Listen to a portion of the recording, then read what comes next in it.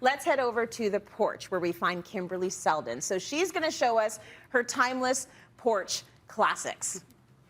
And Kimberly, I know you're all about the design, but is a cold glass of lemonade one of your porch classics too?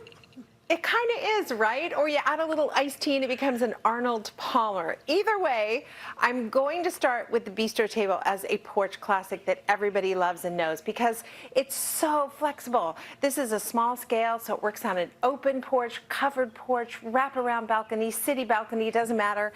You can find these in every price point, but if they're gonna get a lot of use, of course, you're gonna spend a little bit more money to make sure that they're sturdy.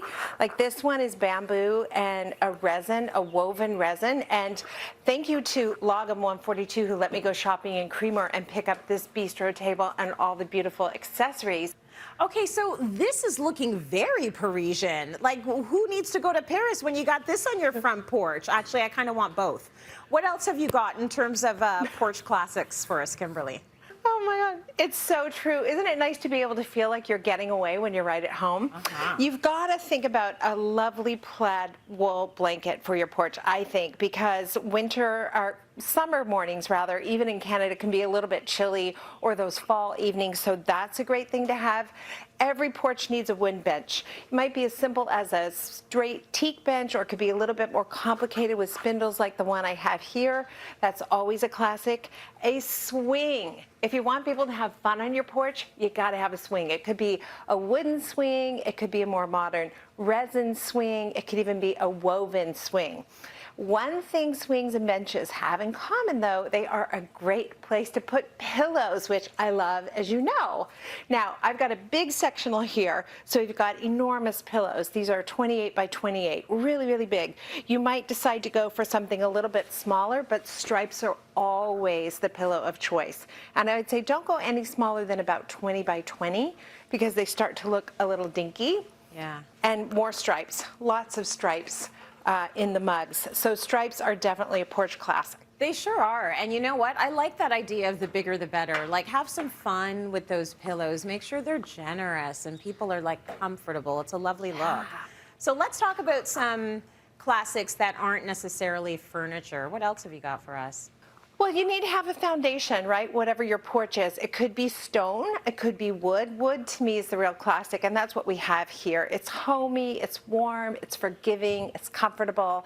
And then, of course, you're going to want to get yourself a great welcome mat because the porch is connected to the house, and that means everybody's going to be walking through the garden and coming straight into the house. It might be something indestructible. This one is British Columbia rope, and not even my grand dog Cash could gnaw through this one. It's totally indestructible, and it's even UV resistant, so the color won't fade.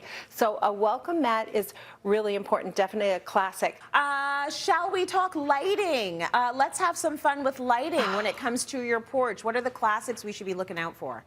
Well, one thing I want to say, yes, we want to have some fun with lighting in terms of aesthetics, but never in terms of installation. So you definitely want to make sure you're choosing lighting that is made for exterior, and your electrician should be able to verify that for you. Very important.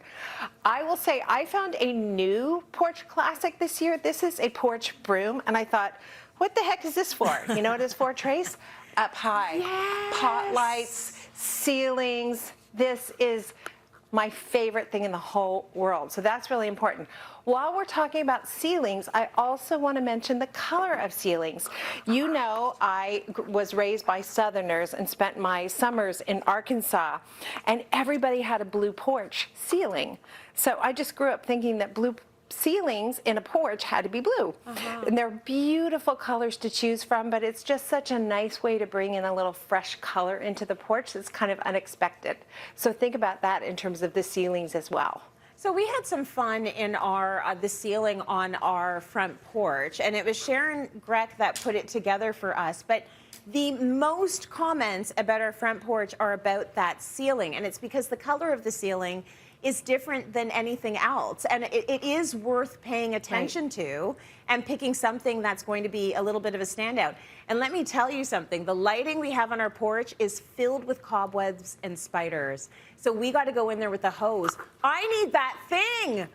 Where'd you get that? That's so Everybody good. needs one of these. I got this at Logum 142, and I think it was under $100, and everybody's getting one for Christmas, and they won't have any idea what it's for. I will have to show every single person, right? Because I looked at it and thought, that's useless. What? I'm not going to bend down and, sweep. Right?